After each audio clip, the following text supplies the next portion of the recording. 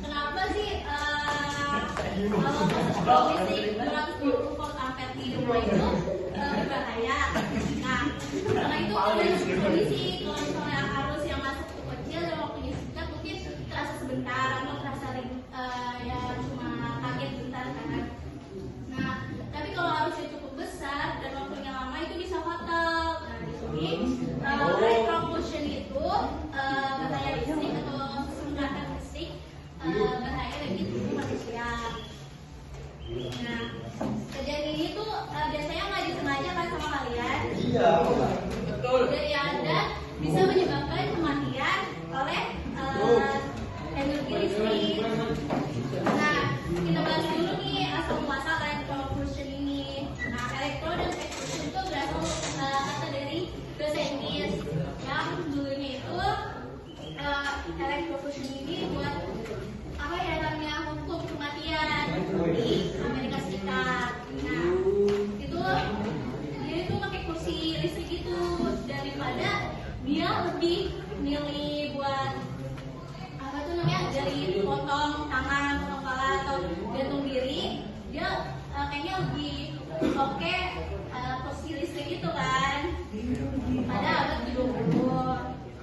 Nah, kalau electrocution ini kalian pernah lihat tanda-tanda peringatan nggak di daerah apa industri kayak listrik tegangan tinggi, terus dengar electrocution listrik.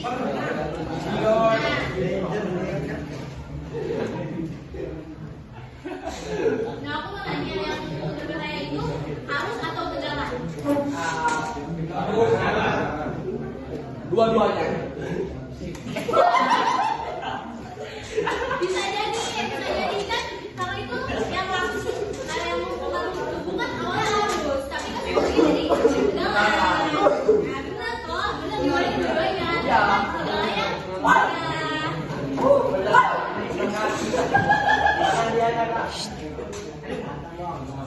sebenarnya kalau kita telusuri ini lebih dalam tuh arus nih buat kita atau tubuh manusia lah itu bikin kejang-kejang atau kurang, terus bisa mengalami kematian kan.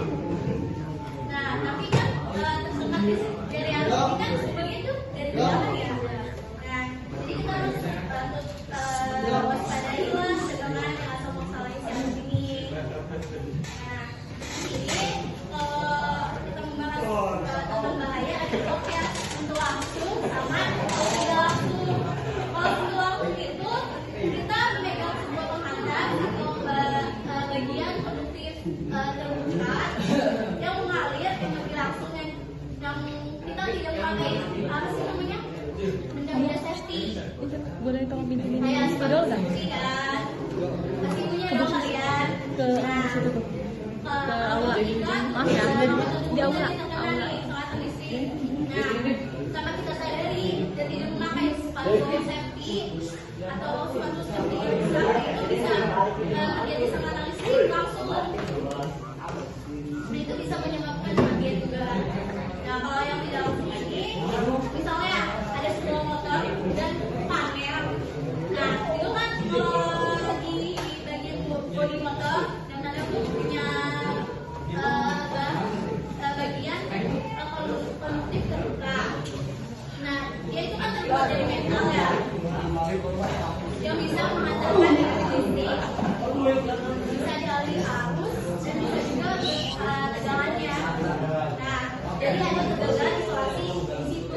Misalnya ada motor ini, kita ingat kalau misalnya tuh kayak pengenannya aman. Nah, ternyata ada kegagalan isolasi yang kita pegang atau kaki kita menyentuh drone.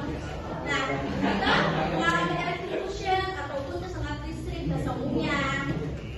Jadi ada dua langsung dan dua tidak langsung. Dan kemudian harus diperhatikan juga nih resistansi. Seluruh benda yang ada di muka bumi ini kan memiliki resistansi ya, termasuk juga tubuh manusia. Nah, manusia kan memiliki resistansi sekitar 1000 sampai 1500 ohm. Tapi kita diambil dengan terendahnya itu 1000 ohm.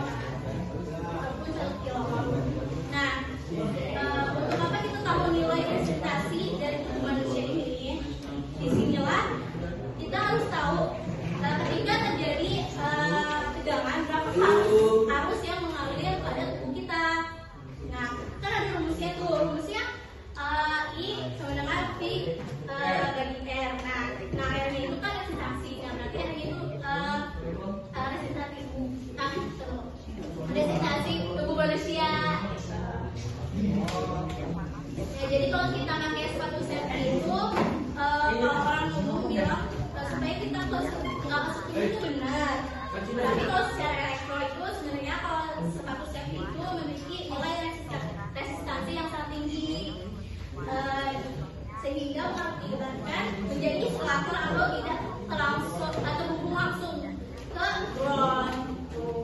Sebenarnya ada gambarnya sih, cuma nggak bisa ditampilin. Dan di sini tuh slide 5 lebih bahaya tegangan AC atau DC. Nah, kita harus tahu dulu karakteristik dari ketahanan tubuh masing-masing ini. Itu ada grafiknya gitu buat dipaparin. Coba nggak ada laptopnya, aku lupa bawa, sorry ya. Nah, dimana tubuh kita tuh sebenarnya tidak merasakan apapun ketika terkena listrik. Bisa mulai ada aktifnya tapi tidak ada masalah, sampai parah, sampai kita tuh nggak bisa kontrol dirinya atau kejang otot atau nggak boleh masalah berhenti jantung. Nah, itu bisa menyebabkan kematian. Nah, listrik ini pasti ada dua itu parameternya. Yang pertama itu besar arus yang mengalir dari tubuh. Yang kedua, berapa lama arus itu mengalir di tubuh. Nah, jadi dua parameter yang tidak bisa dipisahkan, besarnya dan lama waktunya. Dan kemudian gimana kita sebagai resistensinya ketika kita enggak pakai safety lah. Nah, kita analogikan jadi sentuh langsung. Kalau itu tidak langsung, rata-rata kan tubuh kita adalah 1000 watt. Kalau kita pakai yang safety atau sepatu safety, itu bisa lebih besar lagi resikonya. Nah, varian ini ada fee dan juga waktunya yang berapa lama kita tersengat listrik. Sebagai contoh itu sama sekali terasa warnanya hijau. Sebenarnya ini ada sih gambarnya, tapi aku bingung ngejelasin gitu buat kalian. Jadi aku nggak cukup dan aku minta 4 orang buat ngejelasin ulang apa yang aku jelasin. Nanti aku tangkap dana. Ada kalian. Dua, tiga.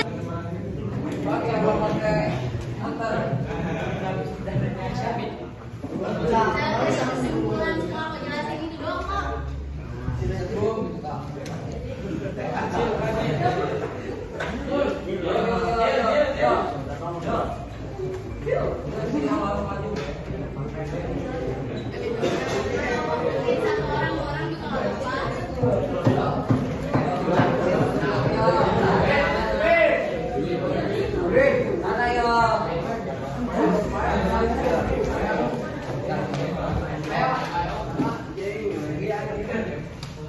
Boleh maju ke depan.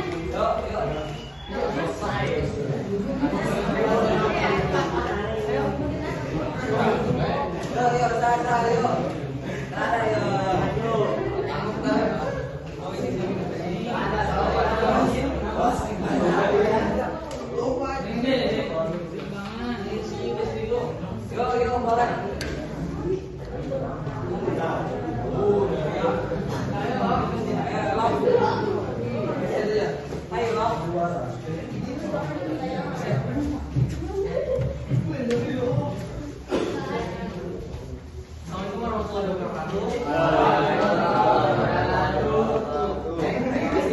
Perkenalkan, nama saya Jamin Sobri dari kelas 11 TIA kelas 1. Di sini saya izin menjelaskan kembali tentang beberapa dari elektronik. Dalam bahasa Inggris itu ya itu. Jadi materi elektronik adalah kondisi ketika tubuh manusia atau dalam tubuh di belakang ya. Elektrofusi sering terjadi akibat kelalaian dalam penggunaan instalasi listrik atau tidak menerapkan keselamatan kerja materi. Nah, setelah saya mendengar penjelasan dari tadi, saya merangkum yaitu tubuh manusia dapat menghantarkan listrik sehingga ketika tubuh menyentuh sumber tegangan, semakin besar arus dan tegangan yang masuk ke tubuh, maka semakin besar pula bahaya yang ditimbulkan. Seperti yang penjelasan dari kejang otot, gangguan jantung hingga kematian. Nah, penyebab elektrofusi menyentuh kabel listrik yang terbuka, instalasi listrik yang menggunakan alat listrik dengan tangan basah, tidak menggunakan alat pelindung diri atau APD, kurang memahami prosedur keselamatan kerja dan yang tadi sebutin tadi fans melting atau bumbung arus pendek. Dan dampaknya juga sangat berbahaya bagi tubuh kita. Seperti yang dijelaskan tadi, kesemutan dan nyeri itu merupakan tegangan yang lumayan kecil atau keram, otot menjadi kejang, luka bakar pada kulit itu tingkatannya udah semakin besar, semakin banyak arus yang masuk, semakin besar tegangan, maka dampaknya juga hingga pingsan bahkan menimbulkan kematian. Di sini saya akan menjelaskan juga tentang cara pencegahan elektrokisinya. Mematikan sumber listrik sebelum bekerja, menggunakan sarung tangan yang paling penting, memahami prosedur K3 atau keselamatan dan kesehatan kerja. Dan yang jelas tentang penggunaan sepatu safety. Jadi arus itu akan mengalir ke dalam tubuh kita. Poin utamanya itu kalau bekerja sehingga terjadinya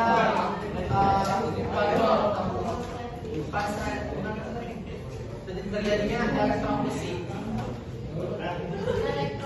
Oh ya, elektrokusi.